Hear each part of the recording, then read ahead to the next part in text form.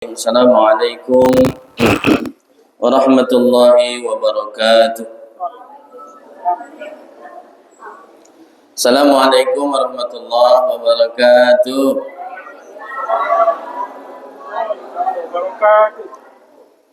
Alhamdulillahi rabbil alamin wa bihi nasta'inu ala umuri dunya waddin. Wassalatu wassalamu ala asrofil anbiya'i mursalin wa ala alihi wa sahbihi ajma'in. Rabbi israh li sadri wa yassir li amri wahlul 'uqdatam min lisani yafqahu qawli. Amma ba'du. Pertama yang saya hormati pengurus Masjid Miftahur Rahmah. Selanjutnya para alim ulama cerdik pandai, tua-tua tengganai, bapak-bapak, ibu-ibu, jamaah salat subuh yang senantiasa dimuliakan Allah Subhanahu wa taala. Alhamdulillah, segala puji hanya milik Allah. Di subuh hari ini, di pagi hari ini, Allah masih membangunkan kita dari tidur panjang malam tadi. Ya. Kalau Allah mau, bisa saja tidur itu tidak terakhir buat kita. Tapi Alhamdulillah, Allah masih bangunkan kita. Dan juga bukan hanya bangun, melaksanakan kewajiban kita. Mudah-mudahan segala kebaikan yang kita lakukan, amal soleh, diterima oleh Allah Subhanahu wa ta'ala. Salawat beriring salam selalu kita sampaikan kepada junjungan kita baginda Nabi Muhammad sallallahu alaihi wasallam, serta keluarga, sahabat dan para pengikutnya hingga akhir zaman, dengan ucapan Allahumma salli ala sayyidina Muhammad wa ala ali sayyidina Muhammad. Jamaah sekalian, hadis kita pagi ini melanjutkan kajian 2 pekan yang lalu. Ya, ini hadis yang keempat dari kitab Arba'in An-Nawawiyah. Ya. Hadis keempat ini adalah bicara tentang fase penciptaan manusia dan juga takdir dan amal yang dilakukan oleh manusia. Apakah dia menjadi orang-orang yang sa'id, orang-orang yang beruntung, atau sebaliknya menjadi orang-orang yang merugi atau orang yang celaka. Jamaah sekalian, langsung saja hadis ini diriwayatkan dari Imam Bukhari dan Muslim. An Abi Abdurrahman Abdullah bin Mas'ud radhiyallahu an, dari Abu Abdurrahman Abdullah bin Mas'ud radhiyallahu an, qala, ia berkata, haddatsana Rasulullah sallallahu alaihi wasallam wa huwa shadiqul masduq, bahwa ia berkata Rasulullah SAW menceritakan kepada kami dan beliau adalah shadiqul masduq, yakni orang yang benar lagi dibenarkan. Inna ahadakum yujma'u khalquhu, sesungguhnya penciptaan salah seorang dari kalian dikumpulkan. Jadi di situ ada kata makna yajma'u. Yajma'u maknanya adalah dikumpulkan seluruh unsur penciptaannya, yakni penciptaan manusia, bukan hanya fisik saja, tapi seluruh juga potensi yang ada dalam hidupnya nantinya ketika dia sudah menjadi manusia.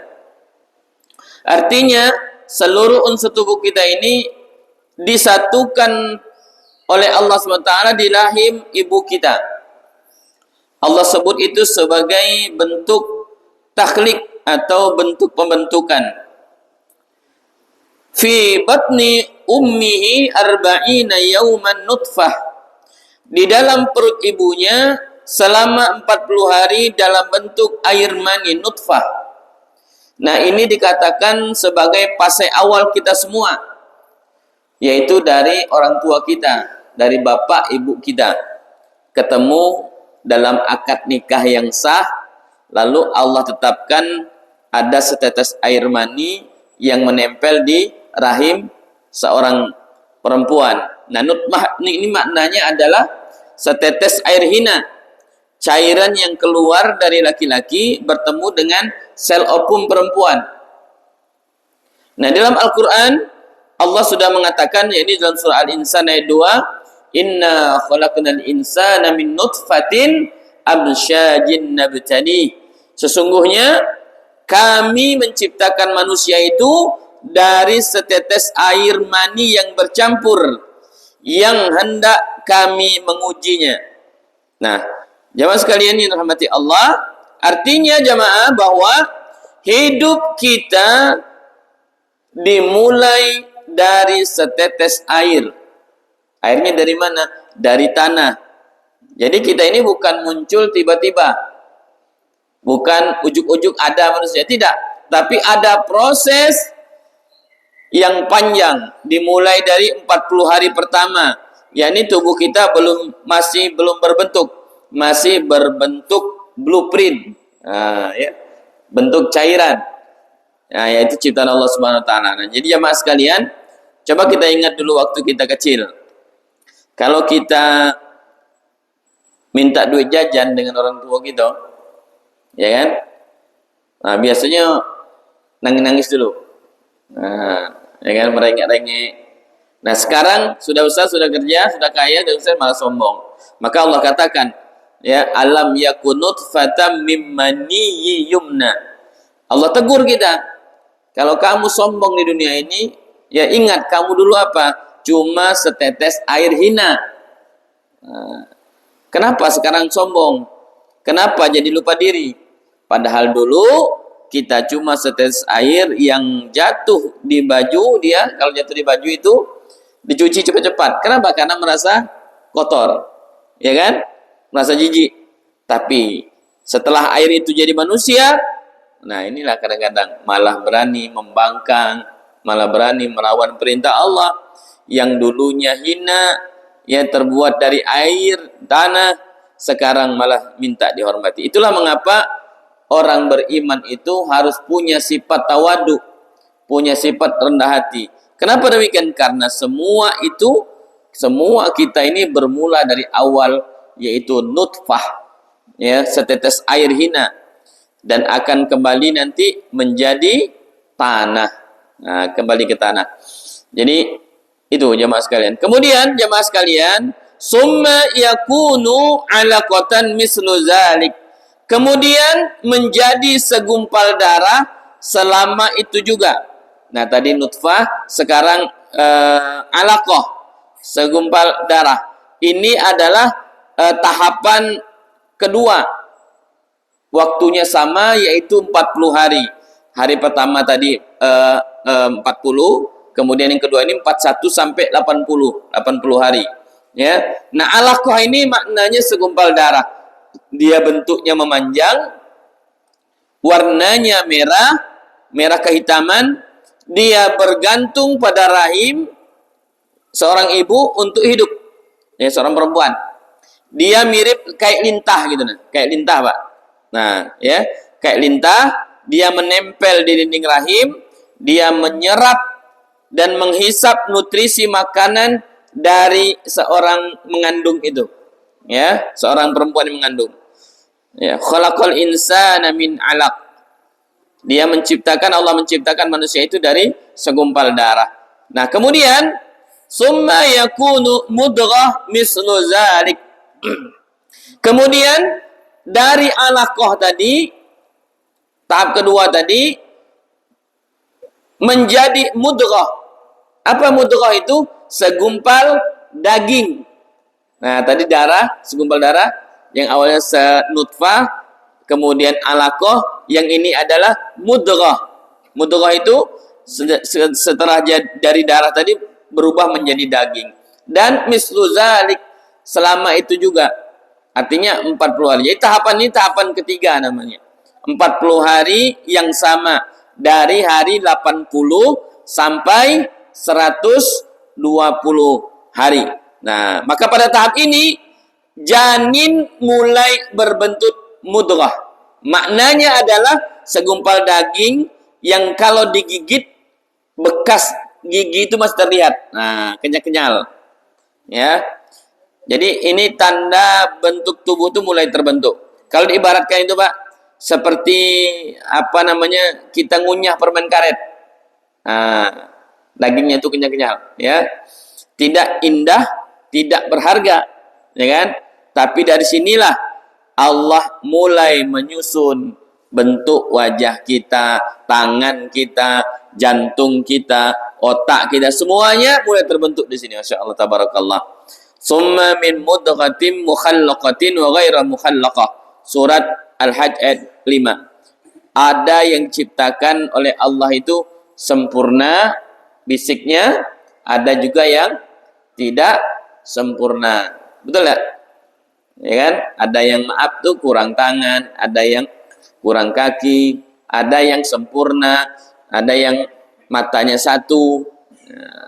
Ada mata satu? Dajjal. Ya kan? Jadi ada yang Allah ciptakan sempurna, ada yang tidak. Nah, semua itu sesuai dengan kehendak dari Allah Subhanahu wa taala. Innama amruhu iza arada syai'an ayyakula lahu kun fayakun. Nah, jadi kalau kata Allah jadi ya jadi. Nah, kemudian Allah katakan lagi, huwallazi yusawwirukum fil arhami kaifa yasha. Dialah yang membentuk kalian di dalam rahim sesuai dengan yang Dia kehendaki. Artinya jamaah, bukan kita yang menentukan fisik kita, bentuk wajah kita seperti apa, mau wajah Arab, Inggris, Barat, ya, Sumatera Barat, wajahnya mau jadi apa, itu bukan kita yang menentukan, ya, bukan kita yang menentukan, semuanya dari Allah SWT. Jadi wajah kita, kemudian warna kulit kita, kalau kita yang menentukan, Pak, tak mau jadi wajah Indonesia, ya tak? Nah, pilih orang Arab, hidung mancung, kulit putih, ya tak? Nah, kalau kita yang menentukan, pilih yang paling bagus. Tapi yang menentukan itu adalah Allah Subhanahu wa taala, bukan kita. Bukan kita yang menentukan apakah kita lahir menjadi orang kaya atau menjadi orang miskin. Bukan kita semua itu. Ya, kita itu tinggal terima hasil saja. Ya, terima jadi saja. Yang menentukan itu adalah Allah Subhanahu wa taala. Selanjutnya jemaah sekalian, summa yursalu ilaihil malaku fayanfuhu fihi ruh. Kemudian diutuslah malaikat, lalu ditiupkan padanya ruh. Nah, pada usia dalam kandungan itu 120 hari, maka diutuslah malaikat yang membawa perintah Allah, dia meniupkan ruh. Nah, ruh inilah yang membuat nanti kita hidup di dunia. Nah, ini adalah awal pengisian identitas manusia. Sebagaimana pada penciptaan Nabi Adam. Allah mengatakan, summa sawwahu wa nafakha fihi mir ruhi. Kemudian dia menyempurnakan dan meniupkan ke dalamnya ruh ciptaannya. Fa iza sawaituhu wa nafakhtu fihi mir ruhi. Sejak ruh masuk, janin sudah dianggap manusia. Sudah dicatat amal dan takdirnya. Nah, jamaah, kalau pemerintah saja punya catatan sipil, ya kan, punya catatan kependudukan, maka Allah juga punya catatan langit. Malaikat yang bawa langsung dari perintah Allah. Maka sejak saat itulah kita hidup, kita menangis pertama kali saat lahir. Sayangnya banyak manusia yang berhenti menangis untuk dosa-dosanya. Kemudian selanjutnya hadis ini jamaah sekalian, wa yu'maru bi arba'i kalimatin bi takbir rizqihi wa ajalihi wa amalihi wa syaqiyyun aw sa'idun. Nah, dan diperintahkan malaikat tadi untuk menulis 4 perkara, 4 hal di dalam kandungan tadi, Pak. Apa 4 hal itu? Pertama, rizkihi, tentang rizkinya. Nah, jadi rezeki itu sudah ditulis sejak dalam kandungan, ya. Nah, rezeki ini Bapak Ibu yang dirahmati Allah bukan sekedar materi, bukan sekedar uang, pulus, duit, piti kata orang Minang, kata orang Awak, ya. Bukan sekedar uang. Nah, jadi kita mesti luruskan dulu rezeki ini. Jadi rezeki ini sangat luas maknanya. Apapun yang Allah berikan kepada kita, itu semuanya adalah rezeki, termasuk udara yang kita hirup, makan, minum, kesehatan, ketenangan hati, ketenangan batin, ilmu, anak soleh, suami, istri, ya, bahkan ilmu yang bermanfaat, itu semuanya adalah nikmat. Wa ma min dabbatin fil ardi illa 'ala Allahi rizquha, ya. Setiap makhluk itu kata Allah sudah kami kasih rezeki yang ditanggung oleh Allah Subhanahu wa taala. Nah, sayangnya hari ini jamaah sekalian banyak orang yang salah paham dengan rezeki ini. Ustaz, kalau rezeki sudah ditanggung, kenapa harus kerja kami? Udah lah, usah kerja lagi. Nah, ya. Nah, ini paham yang kurang benar, paham yang salah.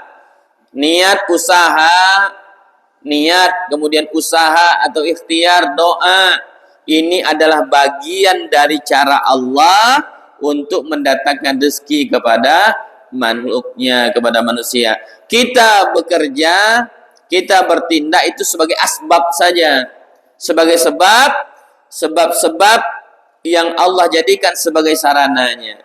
Nah, jadi kuncinya adalah usaha, ya, kemudian doa dulu, usaha, kemudian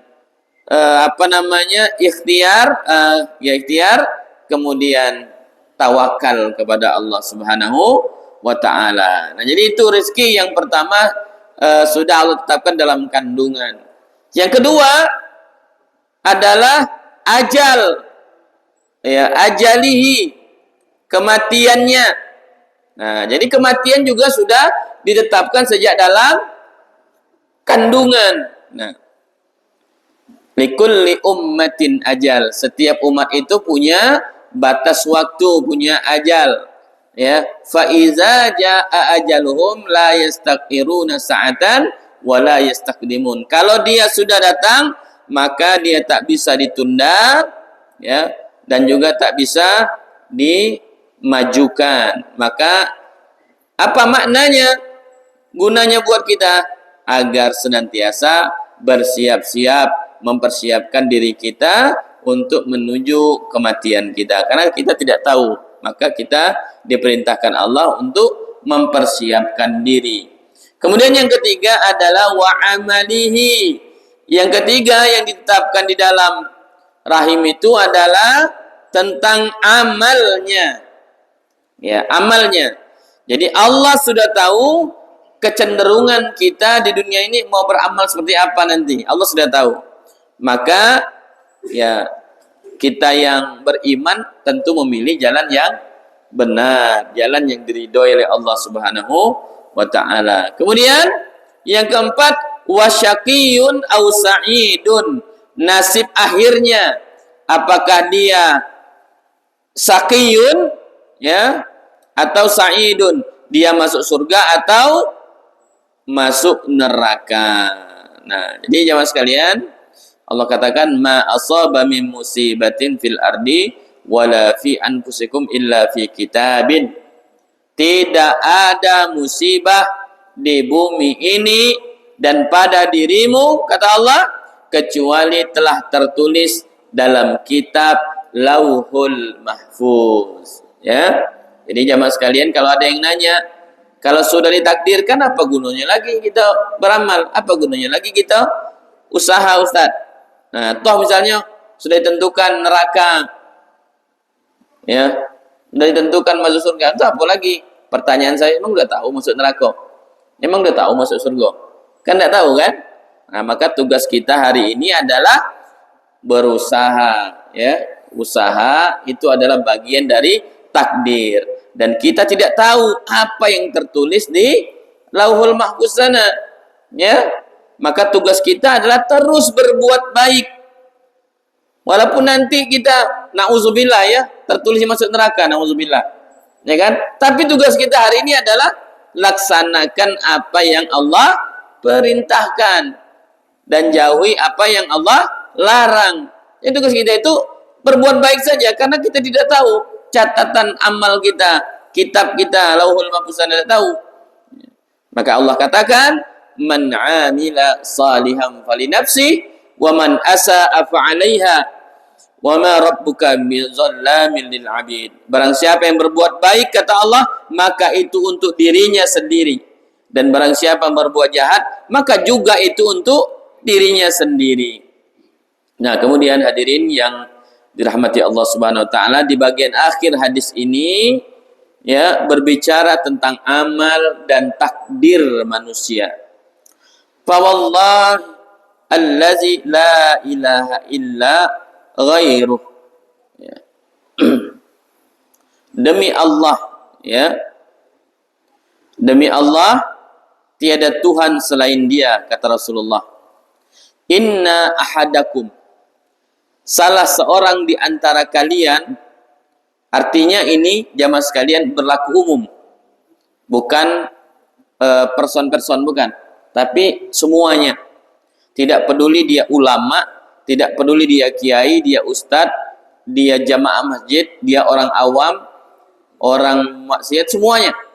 Ya, inna ahadakum, tidak ada yang kebal, kata Allah. Nah, kalau sekarang kan ada yang kebal hukum kan, tidak tersentuh dengan hukum. Kalau besok tidak bisa, semuanya itu tidak ada yang tersentuh, semuanya tersentuh dengan hukum, dengan catatan amal ini, ya. Tidak ada yang kebal, kata Allah. Allah sudah kasih contoh dalam sejarah bahwa perbuatan itu bisa terjadi di detik terakhir. Apa kata Rasulullah selanjutnya? La ya'malu bi'amalin ahlil jannah. Ada orang di antara kalian yang beramal dengan ahli surga. Nah, maksudnya beramal baik, berbuat kebaikan terus. Maksudnya secara lahir, secara nampak dia beramal seperti amalan ahli surga. Contoh apa? Salat, puasa, ya kan? Rajin sedekah, zikir, berbuat baik. Pokoknya semuanya amalan ahli surga.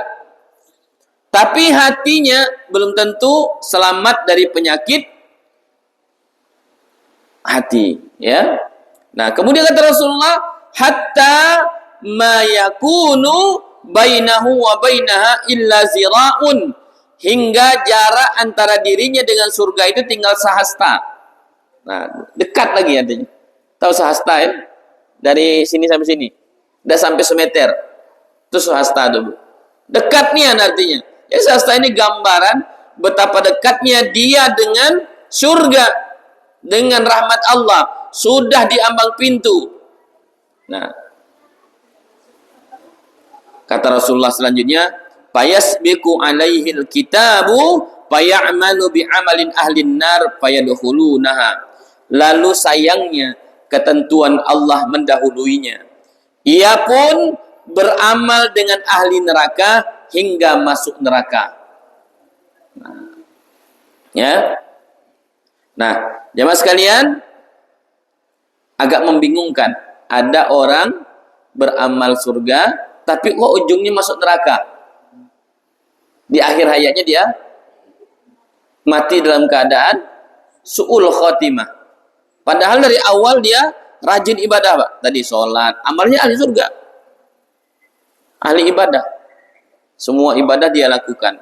Nah, kenapa demikian? Karena tadi dia beramal ya bukan karena Allah. Dia beramal bisa jadi amalnya bisa jadi dia beramal itu ikhlas di awal ini. Di awal ikhlas, tapi sayangnya ketika nanti di ujung ya hidupnya, di akhir hidupnya ada ujian besar yang menimpa dirinya, yang Allah berikan ujian kepadanya. Ya.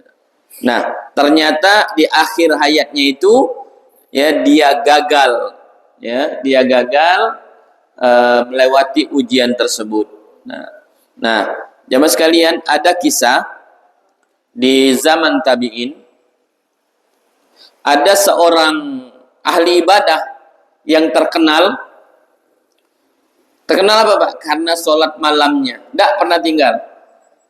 Sholat malamnya hebatnya, sholat aja. Belum, kalau sholat 5 waktu itu biasa. Ya, sholat 5 waktu itu biasa Pak.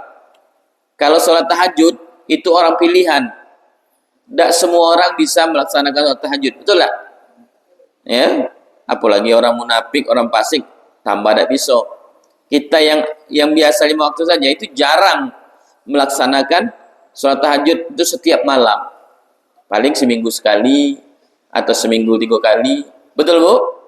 Nah, kalau bisa tiap malam Bu, minimal 2 rakaat. Ya. Namanya berusaha kan. Nah, di zaman tabi'in itu ada seorang ahli ibadah yang dia memang terkenal karena sholat malamnya tak pernah putus. Jadi semua orang pun menganggap dia itu wali. Gitu. Ya. Waliullah, walinya Allah. Ya.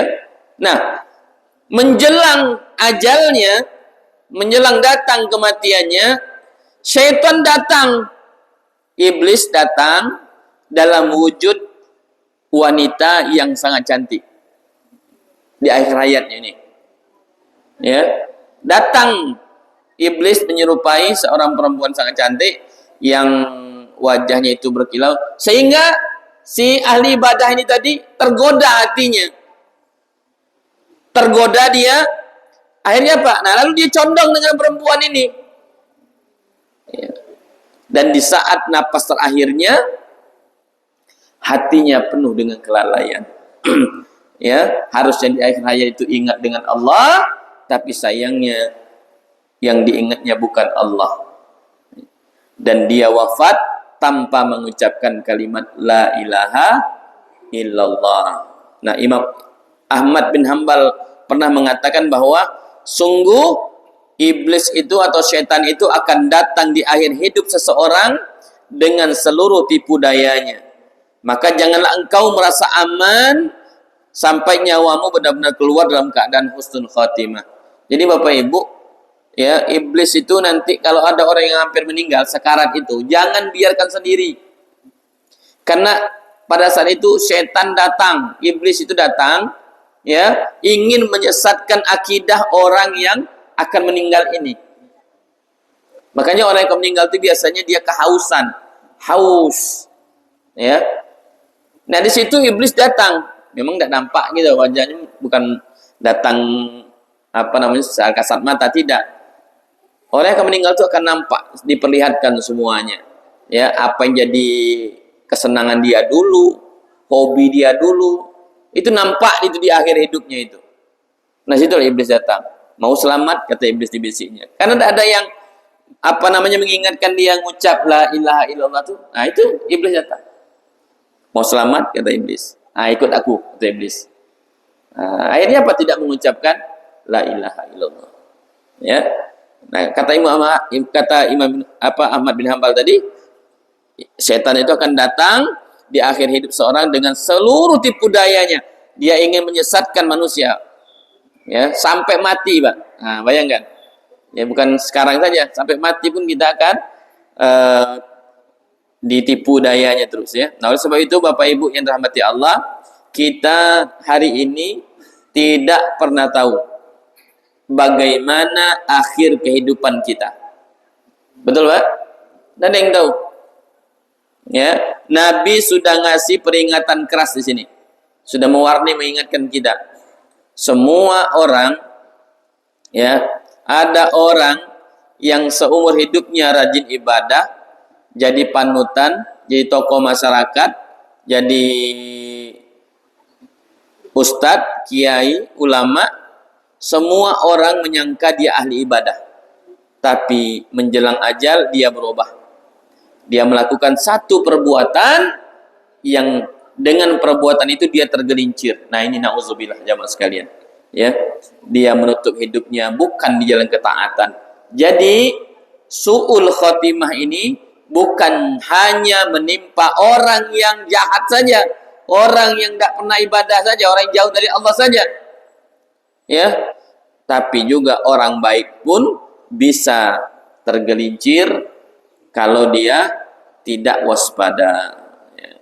Nah, kemudian di akhir hadis ini, wa inna ahadakum la ya'malu bi amalin ahlin nar hatta ma yakunu bainahu wa bainaha illa zira'un fayasbiqu alaihi alkitab fayamalu bi amalin ahli jannah fayadkhuluha.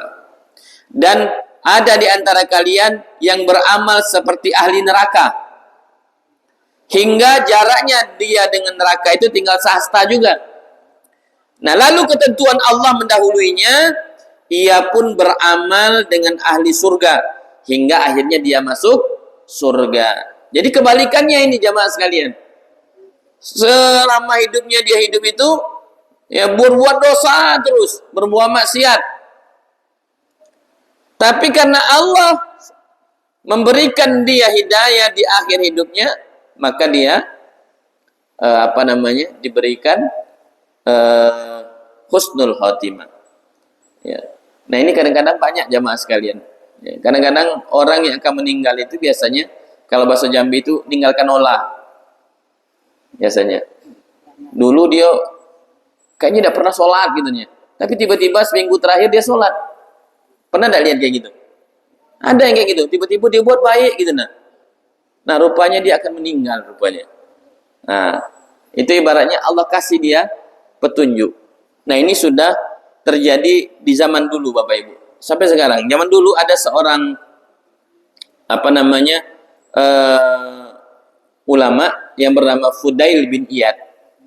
Ya. Jadi Fudail bin Iyad ini dia seorang ulama yang sangat terkenal. Ya, kalam-kalam dia itu begitu luar biasa, menyentuh ya dan bermakna sekali setiap ucapannya.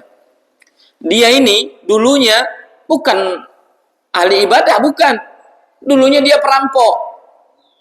Seorang perampok. Dia merampok di jalanan, ditakuti banyak orang. Fudail bin Iyad ini. Satu malam saat dia mau melancarkan aksinya, mau merampok, ya. Nah, tiba-tiba ada dia mendengar di satu rumah itu, dia mendengar ada orang lagi baca Quran. Apa yang dibaca itu, yang dia dengar itu surat Al-Hadid ayat 16.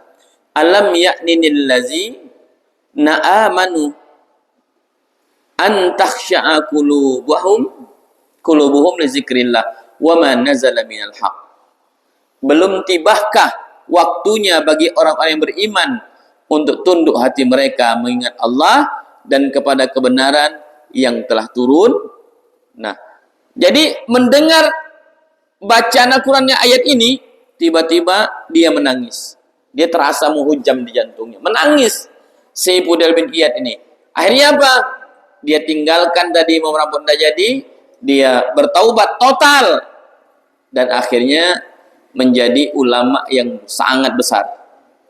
Ya, ulama besar yang sampai saat ini nasihatnya tadi saya katakan tadi, kalam-kalamnya itu mengguncang hati orang-orang, dan ia wafat dalam keadaan khusyuk beribadah di malam hari. Ya. Nah, ada kisah lain, ada seorang preman. Ini Rasulullah ceritakan dalam hadis kitab Riyadhus Shalihin. Ya, ada seorang preman, kalau bahasa kita preman lah. Dia membunuh 99 orang, Bu. Jadi dia membunuh 99 orang. Tadi kan Allah itu memberi hidayah itu may yahdihillahu fala mudhillalah wa may yudlilhu fala hadiyalah. Ya, Allah kasih hidayah kepada siapa yang dikehendaknya. Ya, ketika sudah bunuh 99 orang itu, tiba-tiba Allah gerakkan hati dia untuk apa? Bertobat. Pengen dia tobat, ya, sungguh-sungguh. Akhirnya datanglah dia kepada seorang rahib. Ya, seorang rahib, seorang pendeta. Datang dia ke sana. Wahai rahib, saya ingin tobat, kata dia. Apa dosamu? Kata si rahib ini. Aku sudah membunuh 99 orang. Wah, terkejut ini rahib. Ya, wah, banyak nian katanya, kalau saya tidak bisa. Kamu masuk neraka. Kata si rahib ini. Nah, kesal dia kan, dia preman kan, emosi dia, dibunuhnya lah Pak si rahib ini. Pas 100. Nah, 99 tambah sekok jadi 100. Ya, kesal dia 100. Nah, tapi niat dia tobat itu semakin kuat. Dia cari lagi kemana mau cari tempat tobat nih. Akhirnya disarankan ada seorang ahli hikmah. Ya, kalau bahasa sekarang itu ulama lah. Nah, ya. Datang dia ke seorang ulama, seorang kiai kalau bahasanya. Ya, dia mengatakan hajat dia pengen tobat. Apa dosanya kata kiai ini, kata ulama ini? Aku sudah bunuh 100 orang. Kiai ini tersenyum, ulama aja senyum. Kata ulama ini, kalau kau ingin tobat, pergilah engkau ke satu daerah. Di daerah sana, kalau bahasanya jauh lah. Ke kampung seberang sana, kalau bahasa kitanya. Pergi ke sana, engkau akan menemui taubatmu ini. Taubatmu ini akan diterima. Kata ulama ini. Maka si preman tadi, Pak, pergilah dia ke sana. Ya, pergi jalan dia. Karena dia sungguh-sungguh taubatnya tadi, dalam perjalanan belum sampai ke sana, Pak. Baru setengah perjalanan dia jatuh sakit. Dia sakit keras tiba-tiba. Dalam perjalanan belum sampai, masih jauh, masih setengah perjalanan, Bro. Di tengah perjalanan dia sakit. Nah, sakit keras, kemudian tak lama kemudian dia meninggal dunia. Nah, setelah meninggal, maka turunlah dua malaikat. Malaikat rahmah dan malaikat zabaniyah. Ya. Jadi dua malaikat ini datang. Kata malaikat yang cantik ini ahli surga. Kata malaikat satunya, oh tidak bisa, dia belum taubat, ibadah belum. Kata malaikat ini. Akhirnya Pak, malaikat ini berselisih lah, bertengkar. Tapi ya, maksudnya itu saling adu argumen. Tidak selesai, Pak. Maka naiklah menghadap Allah. Kata Allah, coba hitung langkah dia, jalan dia. Apakah sudah dekat tempat taubatnya atau masih jauh? Kalau sudah dekat, maka dia adalah ahli surga. Tapi kalau masih jauh, dia adalah ahli neraka. Nah tadi, kun fayakunnya Allah bermain di situ. Setelah diukur jaraknya, ternyata dia sudah dekat tempat taubatnya. Ya, maka dia pun digolongkan menjadi ahli surga. Nah, Bapak Ibu yang dirahmati Allah, dari kisah ini maka kita bisa menyimpulkan bahwa yang dilihat oleh Allah itu bukan saat ini, bukan sekarang ini, bukan saat kita ibadah tiap hari itu, bukan itu. Tapi yang dilihat oleh Allah adalah akhir nanti, kesudahan amal kita seperti apa. Maka jangan merasa pernah aman dari dosa. Mentang-mentang udah rajin sholat, nongol orang tuh mukanya ahli neraka semua gitu ya. Nah, wah ini ahli neraka nih ahli. Karena dia rajin sholat kan. Jangan pernah aman merasa dari dosa. Dan juga ketika berbuat dosa banyak juga jangan putus asa. Jangan putus asa dari rahmat Allah. Wala tayasu min rauhillah. Jangan kamu berputus asa dari rahmat Allah. Dua-duanya punya potensi. Satu punya potensi untuk masuk neraka, satu juga potensi masuk surga. Juga punya potensi dua-duanya masuk neraka, dua-duanya juga punya potensi masuk surga. Maka Rasulullah katakan, innama a'malu bil khawatim. Sesungguhnya amal itu adalah tergantung pada akhirnya. Nah, jangan salah pahami pula akan kata Ustaz tadi akhirnya. Berarti agak terakhirlah ibadah. Innalillah. Pas ya tak? Nah kalau gitu agak terakhir bela ibadah pas mau mati be. Nah ini salah juga. Emang tahu bakal ada umur segitu kan? Ya anak muda sekarang kan gitu. Kaget lah Ustaz, kami masih muda, kaget lah ibadah umur 40, umur 50. Iya kalau sampai kan tidak tahu umur kita kapan, betul Bu?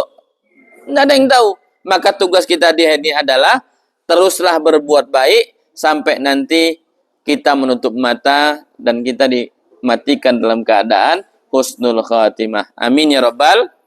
Nah demikian Bapak Ibu sekalian, mudah-mudahan ya kajian pagi yang berkah ini ya dari hadis ini kita belajar bahwa Perjalanan manusia itu dimulai dari setetes air yang hina, lalu dia berkembang melalui fase-fase penciptaan, lalu Allah berikan dia kehidupan, Allah beri dia amanah, dan Allah berikan kesempatan dia juga untuk beramal.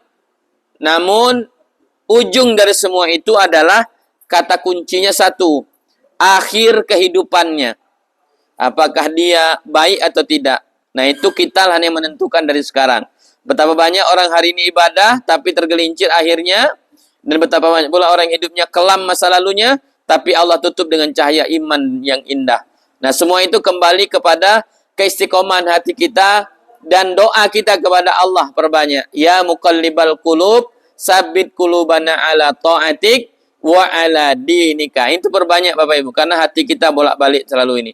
Nah, inilah kajian ini, mudah-mudahan Allah SWT memberikan kita keistiqomahan terus berada dalam kebaikan. Semoga Allah jadikan kita termasuk hamba yang diberikan husnul khatimah, dimatikan dalam keadaan iman dan Islam, dibangkitkan bersama dengan orang-orang yang soleh, dan dikumpulkan bersama mereka di surganya yang luas. Amin ya rabbal alamin. Demikian, wallahu a'lam bishawab. Lebih dan kurangnya mohon maaf. Subhanakallahumma bihamdika, asyhadu an la ilaha illa anta, astaghfiruka wa atubu ilaik.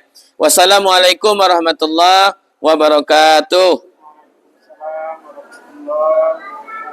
Pas.